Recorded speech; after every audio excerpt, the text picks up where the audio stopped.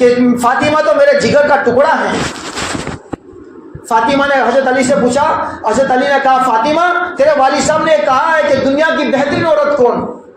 فاطمہ نے جو جواب دیا ہے, فاطمہ نے کہا کہ جاؤ میرے ابا سے کہنا, فاطمہ کا یہ جواب ہے دنیا کی بہترین عورت وہ ہے کہ وہ ایسا پردہ کرے کہ وہ ہاتھے کر کے کسی پرایا مرد کو نہ دیکھے اور وہ کوئی پرایا مرد ہاتھے کر کے اس عورت کو نہ دیکھ سکے. میرے دوستوں معاف کرنا, ایک دودھ والا بھی آتا ہے تو ہماری عورتیں بے پردہ ہو کر اس کے سامنے چلی جاتی ہیں.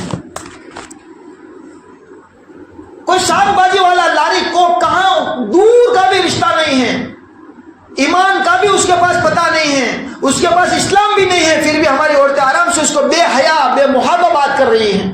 بلکہ کہنے والے نے یہاں تک بتایا گھر کی جو باتیں وہ ان لوگوں سے کر رہی ہیں. یہ تو کتنی بے شرمی کی بات ہے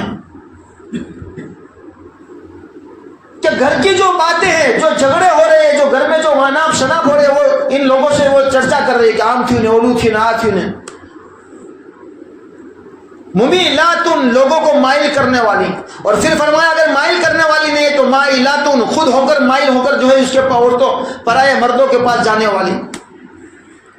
اور پھر ایک بس حضور نے فرمایا وہ ایک خاص نشانی ان عورتوں کو فرمائی, رؤوسہن کاسنمۃ البخت, ان عورتوں کے جو چوٹلے ہو گئے انبڑوں کی شکل میں وہ اس طرح ہو گئے ان کے سر کہ جس طرح وہ اونٹ ہوتا ہے اور اونٹ کے اوپر جو اس کی پیٹھ کے اوپر ٹیکر جیسی چیز ہوتی ہے کوہان کی طرح, ان کے چہروں کے اوپر انبوڑوں کی طرح یہ نشانی بتائی کہ خاص ان کی نشانیاں ہیں. اسی لیے علماء نے فرمایا انبوڑے کرنا یہ بالکل عورتوں کے لیے وہ نہیں ہے, بس چوٹی کریں, لیکن اس طرح ماتھے کے اوپر چوٹلا اور انبوڑا کرنا بالکل عورتوں کے لیے بالکل مکروہ اور بالکل حرام کے درجے کی ہے. نشانیاں ہیں بگڑے ہوئی عورتوں کی کہ وہ انبوڑا وال کر اپنے ماتھے کے اوپر کیا کرے گی, انبوڑا والے گی. یہ ساری چیزیں بتاؤ میرے دوستوں کہ ہو رہی ہیں کہ نہیں ہو رہی.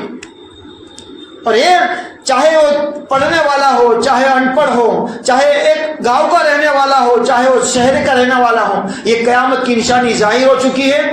قیامت کی ان نشانوں سے بچنا ہمارا بھی ایمانی فریضہ ہے, اپنی عورتوں کو بھی بچانا ضروری ہے.